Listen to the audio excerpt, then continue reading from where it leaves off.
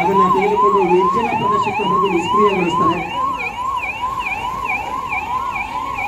Operation ಅಭ್ಯಾಸ್ Mach drill ಅಣಕು ಪ್ರದರ್ಶನ. ಕೇಂದ್ರ ಸರ್ಕಾರದ ನಿರ್ದೇಶನದ ಅನ್ವಯ ಕೆಜಿಎಫ್ ಪೊಲೀಸ್ ಜಿಲ್ಲೆಯ ವತಿಯಿಂದ ಜಿಲ್ಲಾಡಳಿತ ಹಾಗೂ ವಿವಿಧ ಇಲಾಖೆಗಳ ಸಹಭಾಗಿತ್ವದಲ್ಲಿ ಶುಕ್ರವಾರದಂದು ನಡೆದ ಆಪರೇಷನ್ ಅಭ್ಯಾಸ್ ಮಾಕ್ ಡ್ರಿಲ್ ಅಣಕು ಪ್ರದರ್ಶನ ಕಾರ್ಯಕ್ರಮ ಯಶಸ್ವಿಯಾಗಿ ನಡೆದಿದ್ದು ಸಾರ್ವಜನಿಕರು ಈ ಅಣಕು ಪ್ರದರ್ಶನಕ್ಕೆ ಸಾಕ್ಷಿಯಾದರು. ಕೆಜಿಎಫ್ ರಾಬರ್ಟ್ಸನ್ ಪೇಟೆ ನಗರಸಭೆಯ ರಾಷ್ಟ್ರಕವಿ ಕುವೆಂಪು ಬಸ್ ನಿಲ್ದಾಣದಲ್ಲಿ ಆಯೋಜಿಸಿದ್ದ ಆಪರೇಷನ್ ಅಭ್ಯಾಸ್ ಮಾಕ್ ಡ್ರಿಲ್ ಅಣಕು ಪ್ರದರ್ಶನದ ಕಾರ್ಯಕ್ರಮದಲ್ಲಿ ಯುದ್ಧದ ಸಂದರ್ಭ ಹಾಗೂ ಭಯೋತ್ಪಾದಕ ದಾಳಿ ಸಂದರ್ಭದಲ್ಲಿ ಕೈಗೊಳ್ಳುವ ಮುಂಜಾಗ್ರತಾ ಕ್ರಮಗಳ ಬಗ್ಗೆ ಪ್ರಾತ್ಯಕ್ಷಿಕೆಯನ್ನು ಸಾರ್ವಜನಿಕರಿಗೆ ಮನಮುಟ್ಟುವ ರೀತಿಯಲ್ಲಿ ಪ್ರದರ್ಶಿಸಲಾಯಿತು. ಭಾರೀ ಸಿಡಿಮುದ್ದುಗಳ ಸಿಡಿತದ ಕಿವಿಗಳು, ಗಡಚಿಕ್ಕುವ ಶಬ್ದ, ಬಾಂಬ್ ಸ್ಫೋಟದಿಂದ ಉಂಟಾಗುವ ಅಗ್ನಿ ದುರಂತ, ಗುಂಡಿನ ದಾಳಿಯಲ್ಲಿ ಗಾಯಗೊಂಡವರನ್ನು ಸಂರಕ್ಷಿಸುವ ವಿಧಾನ, ಸಾಮಾನ್ಯ ನಾಗರಿಕರನ್ನು ಒತ್ತೆಯಾಳುಗಳನ್ನಾಗಿ ಇರಿಸಿಕೊಳ್ಳುವ ಸಾಕ್ಷಾತ್ ದರ್ಶನ, ಬೃಹತ್ ಮಿಷನ್ ಗನ್ಗಳನ್ನು ಹಿಡಿದ ವೀರ ಸೈನಿಕರು, ಹೀಗೆ ಒಂದಲ್ಲ ಒಂದು ದರ್ಶನಗಳನ್ನು ಎಂದೂ ಕಾಣದ ರೀತಿಯಲ್ಲಿ ಕೆಜಿಎಫ್ ನಿವಾಸಿಗಳು ಇಂದು ಆಪರೇಷನ್ ಅಭ್ಯಾಸ್ ಮಾಕ್ ಡ್ರಿಲ್ ಅಣಕು ಪ್ರದರ್ಶನದಲ್ಲಿ ಕಂಡರು. ಇತ್ತೀಚೆಗೆ ಭಯೋತ್ಪಾದಕರು ಪೆಹಲ್ಗಾಂವ್ನಲ್ಲಿ ನಡೆಸಿದ ಭಯೋತ್ಪಾದಕ ಕೃತಿಯಲ್ಲಿ 26 ಮಂದಿ ನಾಗರಿಕರು ಮೃತಪಟ್ಟಿದ್ದರು. ಇದಾದ ನಂತರ ಜನಜಾಗೃತಿ ಮೂಡಿಸುವ ಸಲುವಾಗಿ ಜಿಲ್ಲಾಡಳಿತವು ಪೊಲೀಸ್ ಇಲಾಖೆ ಮತ್ತು ವಿವಿಧ ಇಲಾಖೆಗಳ ಸಹಯೋಗದಲ್ಲಿ ಈ ರೀತಿ ಅಣಕು ಪ್ರದರ್ಶನ ಸಾರ್ವಜನಿಕವಾಗಿ ನಡೆಸಿದರು. ಶಾಲಾ ಕಾಲೇಜು ವಿದ್ಯಾರ್ಥಿಗಳು ಭಾಗವಹಿಸಿದರು. ಕಾರ್ಯಕ್ರಮದಲ್ಲಿ ಜಿಲ್ಲಾಡಳಿತ, ಜಿಲ್ಲಾ ಪಂಚಾಯತ್, ಜಿಲ್ಲಾ ಪೊಲೀಸ್ ಇಲಾಖೆ, ಆರೋಗ್ಯ ಇಲಾಖೆ, ಅಗ್ನಿಶಾಮಕ ದಳ, ಕಂದಾಯ ಇಲಾಖೆ, ನಗರಸಭೆ, ಗೃಹ ರಕ್ಷಕ ದಳ ಮುಂತಾದ ಇಲಾಖೆಗಳ ಅಧಿಕಾರಿಗಳು, ಸಿಬ್ಬಂದಿಗಳು ಈ ಕಾರ್ಯಕ್ರಮವನ್ನು ಸಾಕ್ಷೀಕರಿಸಿದರು. ಜಿಲ್ಲಾ ಪೊಲೀಸ್ ವರಿಷ್ಠಾಧಿಕಾರಿ ಕೆಎಂ ಶಾಂತರಾಜು ಅವರ ನೇತೃತ್ವ ವಹಿಸಿದ್ದ ಅಣಕು ಪ್ರದರ್ಶನದಲ್ಲಿ ಡಿವೈಎಸ್ಪಿ ಪಾಂಡುರಂಗ, ತಹಸೀಲ್ದಾರ್ ನಾಗವೇಣಿ, ನಗರಸಭೆ ಪೌರಾಯುಕ್ತ ಪವನ್ ಕುಮಾರ್, ಅಗ್ನಿಶಾಮಕ ಅಧಿಕಾರಿ ಎಂಎಸ್ ನಿಜಗುಣ, ಸರ್ಕಾರಿ ವೈದ್ಯ ಡಾಕ್ಟರ್ ಮೋಹನ್ ಸೇರಿದಂತೆ ಜಿಲ್ಲೆಯ ಎಲ್ಲ ಸಿಪಿಐಗಳು, ಪಿಎಸ್ಐಗಳು, ಎಎಸ್ಐಗಳು, 100 ಡಿಎಆರ್ ಸಿವಿಲ್ ಸಿಬ್ಬಂದಿಗಳು ಭಾಗವಹಿಸಿದರು.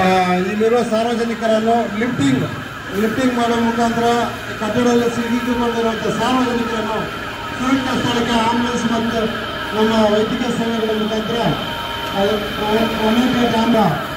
ಸಾರ್ವಜನಿಕರನ್ನು ಏನಾದ ಈ ಒಂದು ಬಾಂಧವ್ಯಲ್ಲಿ ಸಾರ್ವಜನಿಕರು ಹತ್ತಿರದಲ್ಲಿ ಒಂದು ಆಸ್ಪತ್ರೆಗೆ ಸಾಗಿಸುವಂಥ ವ್ಯವಸ್ಥೆಯನ್ನು ಮಾಡ್ತಾ ಇದ್ದಾರೆ.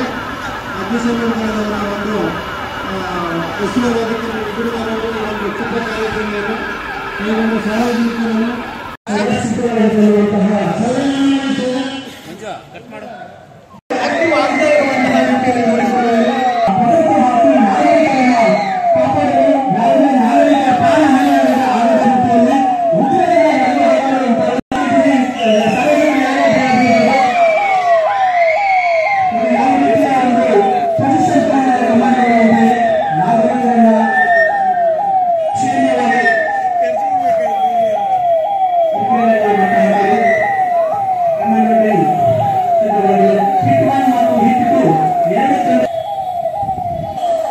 ಮುಗಿದು ಸರ್ ತಾವು ಸರ್ ಈಗ ನೀವು ಬನ್ನಿ ಸರ್ ಮುಗಿದು ಸರ್ ಅವ್ರದ್ದು. ಈಗ ಯಾರು ಭಯ ಬೀಳುವಂತಹ ಅವಶ್ಯಕತೆ ಇಲ್ಲ. ಉಗ್ರರನ್ನ ಹೊಡೆದಾಕ್ತಾ ಇದ್ದಾರೆ. ಹಿಟ್ ಟು ಟೀಮ್ ಬಸ್ ಮೇಲೆ ಈಗಾಗಲೇ ಇಬ್ಬರು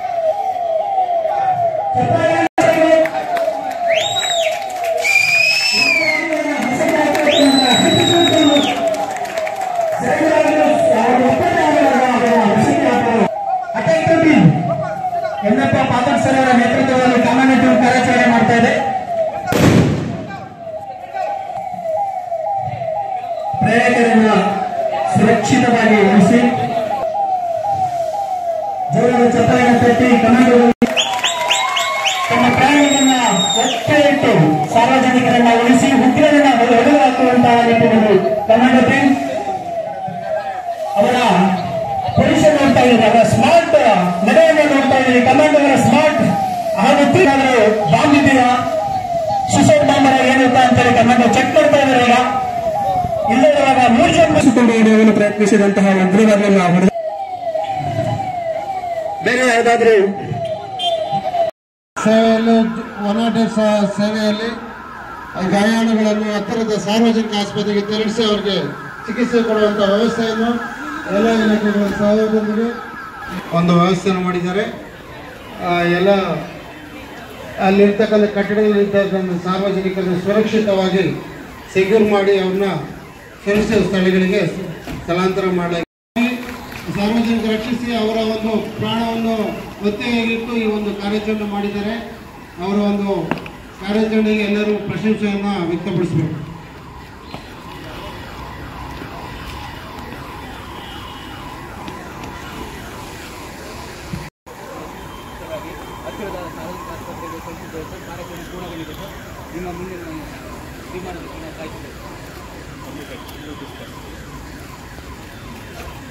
ಅಗ್ನಿಶಾಮಕ ದಳದ ಉಸ್ತುವಾರಿ ಮೇಡಮ್ ಅವರು ಹಾಗೂ ನಗರಸಭೆಯ ಆಯುಕ್ತರಾದಂಥ ಪವನ್ ಸರ್ ಅವರು ಹಾಗೂ ಎಲ್ಲ ಪೊಲೀಸ್ ಇಲಾಖೆ ಮತ್ತೆ ಎಲ್ಲ ಇಲಾಖೆಯ ನಮ್ಮ ಮಾನ್ಯ DC ಸಾಹೇಬರ ಒಂದು ವೀಕ್ಷಣೆ ಮಾಡಿದ್ರಿಂದ ಅಪಾರ ಸಂಖ್ಯೆಯಲ್ಲಿ ಬಂದಿರತಕ್ಕ ಒಂದು ಶಾಲಾ ಮಕ್ಕಳು ಸಾರ್ವಜನಿಕರು ಮುಖ್ಯವಾಗಿ ನಾವು ಈ ಒಂದು ಕಾರ್ಯಾಚರಣೆಯಲ್ಲಿ ಭಾಗವಹಿಸಿ ಯಶಸ್ವಿ ಮಾಡಿದ್ದೀರ ಅಂತೇಳಿ ಈ ಸಂದರ್ಭದಲ್ಲಿ ತಮ್ಮೆಲ್ಲರಿಗೂ ಧನ್ಯವಾದ ತಿಳಿಸ್ತಾರೆ.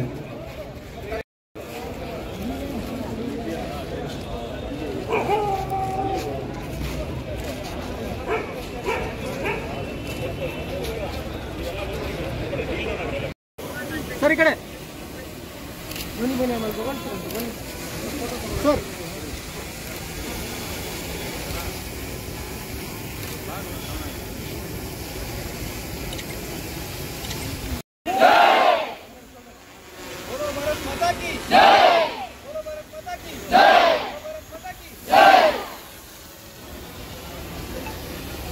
ಬಡವಣಿಗೆ ಯೋಜನೆಗೆ ಸಾಯಂಕಾಲ 4 ಗಂಟೆಗೆ ಯಾವುದೋ ಇದನ್ನು ನಾವು ಬೆಳಗ್ಗೆನೆ ಮಾಡೋದ್ರಿಂದ ಜಿಲ್ಲಾಧಿಕಾರಿಗಳು ಬರಲಿಕ್ಕಾಗಲಿಲ್ಲ. ಅವರ ಅನುಪಸ್ಥಿತಿಯಲ್ಲಿ ತಹಶೀಲ್ದಾರ್ ಮೇಡಮ್ ನಗರಸಭೆ ಆಯುಕ್ತರು ಪವನ್ ಅವ್ರನ್ನೆಲ್ಲ ಕಳಿಸ್ಕೊಟ್ಟಿದ್ದಾರೆ. ಅವರಿಗೆ ನಾನು ಪ್ರಥಮವಾಗಿ ಜಿಲ್ಲಾ ಆಡಳಿತಕ್ಕೆ ಈ ಸಂದರ್ಭದಲ್ಲಿ ಅವರ ಒಂದು ಸಹಕಾರ ನೀಡುವುದನ್ನು ಈ ಸಂದರ್ಭದಲ್ಲಿ ನಾನು ಸ್ಮರಿಸ್ತೇನೆ. ಈ ಅಣಕು ಕಾರ್ಯಾಚರಣೆ ನಿನ್ನೆ ಕೋಲಾರದಲ್ಲಿ ನಡೆದಿದೆ, ಇವತ್ತು KGF ನಡೆದಿದೆ. ಇದೇನಪ್ಪ ಅಂತ ಹೇಳಿದ್ರೆ, ಯಾವುದೇ ಪರಿಸ್ಥಿತಿ ಬಂದಾಗ, ಯುದ್ಧದ ಪರಿಸ್ಥಿತಿ ಇರ್ಬೋದು ಅಥವಾ ಬೇರೆ ಟೈಮಲ್ಲಿ ಇರ್ಬೋದು, ಯಾವುದಾದ್ರೂ ವಿಪತ್ತು ಬಂದಾಗ, ವಿಪತ್ತು ಅಂತ ಹೇಳಿದ್ರೆ ಅಗ್ನಿಯಿಂದ ಬರ್ಬೋದು, ಜಲದಿಂದ ಬರ್ಬೋದು, ಅಥವಾ ಯಾರಾದರೂ ಬಾಂಬ್ ಸ್ಕೇರಲ್ಲಿ ಬರ್ಬೋದು, ಅಥವಾ ವೆಹಿಕಲ್ ಹೈಜಾಕ್ ಮಾಡ್ಬೋದು. ಹಂಗೆ ಬೇರೆ ಬೇರೆ ಸಿನಾರಿಯೋ, ಬೇರೆ ಬೇರೆ ಏನು ನಮಗೆ ಪರಿಸ್ಥಿತಿಗಳು ಬರ್ಬೋದು ಅನ್ನೋದನ್ನ ನಾವು ಮೊದಲೇ ಪೂರ್ವ ಸಿದ್ಧತೆ ಮಾಡಿಕೊಂಡು ಅದಕ್ಕೆ ಇಂಥ ಪ್ರತಿಯೊಂದು ವಿಪತ್ತಿಗೆ ಅದರದ್ದೇ ಆದ ಒಂದು ಕಾರ್ಯಾಚರಣೆ ಇರ್ತದೆ. ಜಿಲ್ಲೆಯಲ್ಲಿ ಜಿಲ್ಲಾ ವಿಪತ್ತು ನಿರ್ವಹಣಾ ಪ್ರಾಧಿಕಾರ, ಡಿಸ್ಟ್ರಿಕ್ಟ್ ಡಿಸಾಸ್ಟರ್ ಮ್ಯಾನೇಜ್ಮೆಂಟ್ ಅಥಾರಿಟಿ ಅಂತ ಜಿಲ್ಲಾಧಿಕಾರಿಗಳವರ ಅಧ್ಯಕ್ಷತೆಯಲ್ಲಿ ಇರ್ತದೆ. ಅದಕ್ಕೆಲ್ಲ ನಾವೆಲ್ಲ ಮೆಂಬರ್ಸ್ ಇರ್ತೇವೆ. ಅದೇ ಥರ ಯಾವುದೇ ಅದಕ್ಕೂ ಒಂದು ಜಿಲ್ಲಾಧಿಕಾರಿಗಳ ಕಚೇರಿಯಲ್ಲಿ 24x7 ಅದು ಜಿಲ್ಲಾ ವಿಪತ್ತು ನಿರ್ವಹಣಾ ಕಂಟ್ರೋಲ್ ರೂಮು ಸಹಿತ ಕಾರ್ಯಾಚರಣೆ ಮಾಡ್ತಾ ಇರ್ತದೆ. ಇವಾಗಲೂ ಮಾಡ್ತಾ ಇದೆ, ಈ ಹಿಂದೆನೂ ಮಾಡ್ತಾ ಇತ್ತು, ಮುಂದೆನೂ ಮಾಡ್ತಾ ಇರ್ತದೆ. ಪೊಲೀಸ್ ಇಲಾಖೆ ವತಿಯಿಂದ ನಮ್ದು ಯಾವಾಗಲೂ ಯಾವುದಾದ್ರೂ ಸಾರ್ವಜನಿಕರಿಗೆ ಯಾವುದಾದ್ರೂ ವಿಪತ್ತು ಅಥವಾ ಏನಾದರೂ ಅವರಿಗೆ ತೊಂದರೆ ಒಳಗಾದರೆ ಆಲ್ ಓವರ್ ಇಂಡಿಯಾ 112 ಅಂದರೆ ಪೊಲೀಸ್ ಇಲಾಖೆದು 112ಗೆ ಯಾರಾದರೂ ಕಾಲ್ ಮಾಡ್ಬೋದು. ಯಾವುದೇ ಅವರಿಗೆ ಪರಸ್ಪರ ಅವರ ವೈಯಕ್ತಿಕ ಸಮಸ್ಯೆಗಳಿಗಿರ್ಬೋದು, ಅಥವಾ ಅವರಿಗೆ ರಸ್ತೆಯಲ್ಲಿ ಯಾರಿಂದನಾದ್ರೂ ಅಪಾಯ ಆದರೆ ಇರ್ಬೋದು, ಅಥವಾ ಈ ಥರ ಭಯೋತ್ಪಾದಕ ಚಟುವಟಿಕೆ ಇರ್ಬೋದು, ಅಥವಾ ಯುದ್ಧ ಹಿನ್ನೆಲೆಯಲ್ಲಿ ಏನಾದರೂ ಸಂದರ್ಭಗಳು ಬಂದಾಗ ಎಲ್ಲರೂ ಸಹಿತ 112 ಕರೆ ಮಾಡಬೇಕು. ಮತ್ತೆ ಯಾರು ಕರೆ ಮಾಡ್ತಾರೆ ಅವರ ಕರೆಯ ವಿವರವನ್ನು ಗೌಪ್ಯವಾಗಿರ್ತೀವಿ. ಮತ್ತು ಅದನ್ನು ನಾವು ಯಾರು ಸಹಿತ ಅದನ್ನು ಕೇಳಿದ್ರು ನಾವು ಕೊಡೋದಿಲ್ಲ, ಯಾರು ಹೇಳಿದ್ರು ಅಂತ ನಾವು ಕೇಳೋದಿಲ್ಲ. ಹಾಗಾಗಿ ಈ ಹಿನ್ನೆಲೆಯಲ್ಲಿ ಎಲ್ಲ ಸಾರ್ವಜನಿಕರು ನಮ್ಮ ಜಿಲ್ಲಾಡಳಿತವು ಬರುವ ಯಾವುದೇ ಒಂದು ವಿಪತ್ತು ಇರ್ಬೋದು, ಅಥವಾ ಯಾವುದೇ ಒಂದು ತುರ್ತು ಸಂದರ್ಭ ಇರ್ಬೋದು, ಅದನ್ನು ನಿರ್ವಹಣೆ ಮಾಡಲಿಕ್ಕೆ ನಾವೆಲ್ಲ ಸಜ್ಜಾಗಿದ್ದೀವಿ. ಸಾರ್ವಜನಿಕರಲ್ಲಿ ನಾವು ಇಲಾಖೆಯವರು, ರೆವಿನ್ಯೂ ಇಲಾಖೆ, ನಗರಾಡಳಿತ, ಪೊಲೀಸ್ ಇಲಾಖೆ, ಮತ್ತು ಅಗ್ನಿಶಾಮಕ ಇಲಾಖೆ, ಆರೋಗ್ಯ ಇಲಾಖೆ, ನಾವೆಲ್ಲರೂ ಸಹಿತ ಸರ್ಕಾರದ ಅಂಗ. ಸೊ ಸರ್ಕಾರದ ಅಂಗವಾಗಿ ನಾವು ಎಲ್ಲ ಇಲಾಖೆಯವರು ಸಮಗ್ರವಾಗಿ ಇಂಟಿಗ್ರೇಟೆಡ್ ಆಗಿ ಕೆಲಸ ಮಾಡಿ, ಯಾವುದೇ ವಿಪತ್ತಿರಲಿ, ಯಾವುದೇ ಆಪತ್ತಿರಲಿ, ನಾವು ಸರ್ವಸನ್ನದ್ಧರಾಗಿ ಕೆಲಸ ಮಾಡ್ತೀವಿ. ಮತ್ತೆ ಅದಕ್ಕೆ ಬೇಕಾದಂಥ ಅಣಕು ಕಾರ್ಯಾಚರಣೆಗಳಿಗೂ ಸಹಿತ ನಮ್ಮ ಒಂದು ಸ್ವಾಟ್ ಟೀಮ್ ಅಂತ ಇದೆ, DSWAT ಟೀಮ್ ಅಂತ ಇದೆ. ಅವ್ರಿಗೂ ಸಹಿತ ಈಗ ಆಲ್ರೆಡಿ ನಮ್ಮ ಪೊಲೀಸ್ ಇಲಾಖೆ ವತಿಯಿಂದ 2 ತಿಂಗಳು ಟ್ರೈನಿಂಗ್ ಕೊಟ್ಬಿಟ್ಟು ಅವರೆಲ್ಲ ರೆಡಿಯಾಗಿ ಬಂದಿದ್ದಾರೆ. ಸೊ ಈ ಥರದ್ದು ನಾವು ಟ್ರೈನಿಂಗ್ ಅನ್ನ, ಪ್ರಿಪರೇಷನ್ ಅನ್ನ ನಾವು ಪೀಸ್ ಟೈಮಲ್ಲಿ ಮಾಡ್ತಾನೆ ಇರ್ತೀವಿ. ಇವಾಗಲೂ ಸಹಿತ ಎಲ್ಲದಕ್ಕೂ ನಾವು ಸರ್ವಸನ್ನದ್ಧರಾಗಿದ್ದೀವಿ. ಮತ್ತು ಯಾರೂ ಸಹಿತ ಸುಳ್ಳು ವದಂತಿಗಳಿಗೆ ಕಿವಿ ಕೊಡಬಾರ್ದು. ಏನೇ ಇದ್ರೂ ಆಥರೈಸ್ ಅಧಿಕೃತ ಮೂಲಗಳಿಂದ ಮಾಹಿತಿ ಸಂಗ್ರಹ ಮಾಡಬೇಕು. ವಾಟ್ಸ್ಆ್ಯಪ್ಗಳಲ್ಲಿ ಬಹಳಷ್ಟು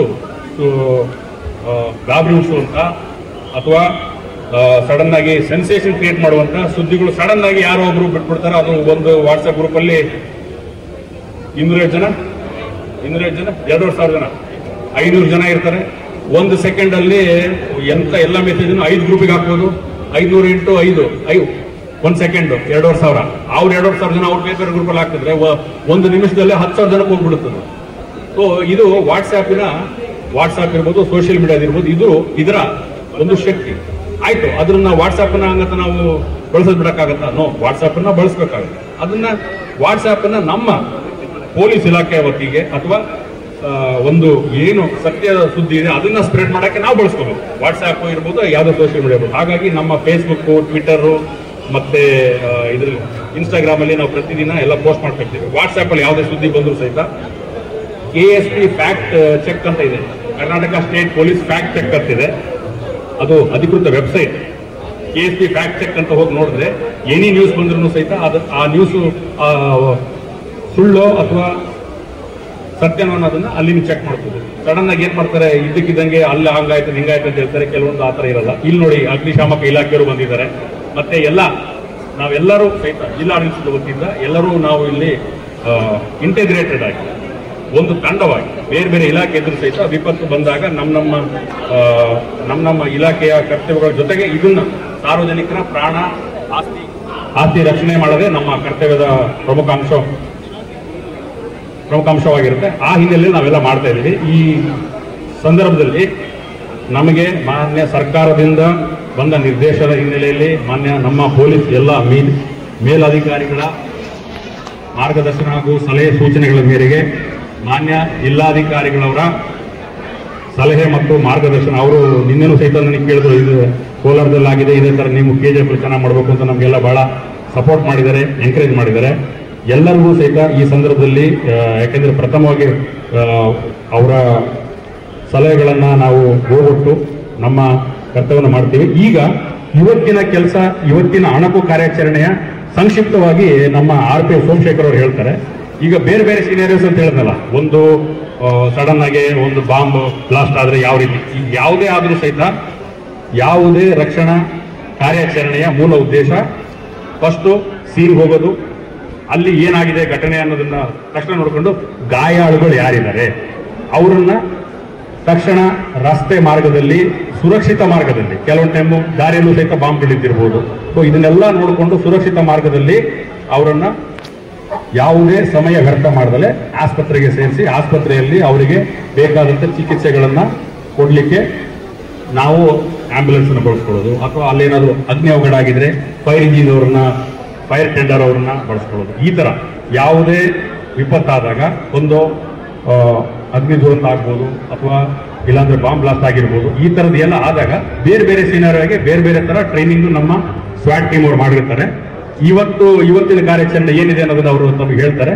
ಇದು ಅಣಕು ಕಾರ್ಯಾಚರಣೆ ಅಷ್ಟೇ, ಬಟ್ ಅದನ್ನ ನಾವು ರಿಯಲ್ ಟೈಮ್ ಅಲ್ಲೇ ಮಾಡ್ತೀವಿ. ಎಲ್ಲರದು ತಾವು ಇದನ್ನ For all NCERT, CBSE textbooks, guides, PUC, ITI, BE textbooks, guides and classmate notes, and for all the types of stationery available only at Satya Bookstore, opposite to Karur Vaishya ATM, Aladamara, Bemmal Nagar, KGF. For more details, contact 8073962145.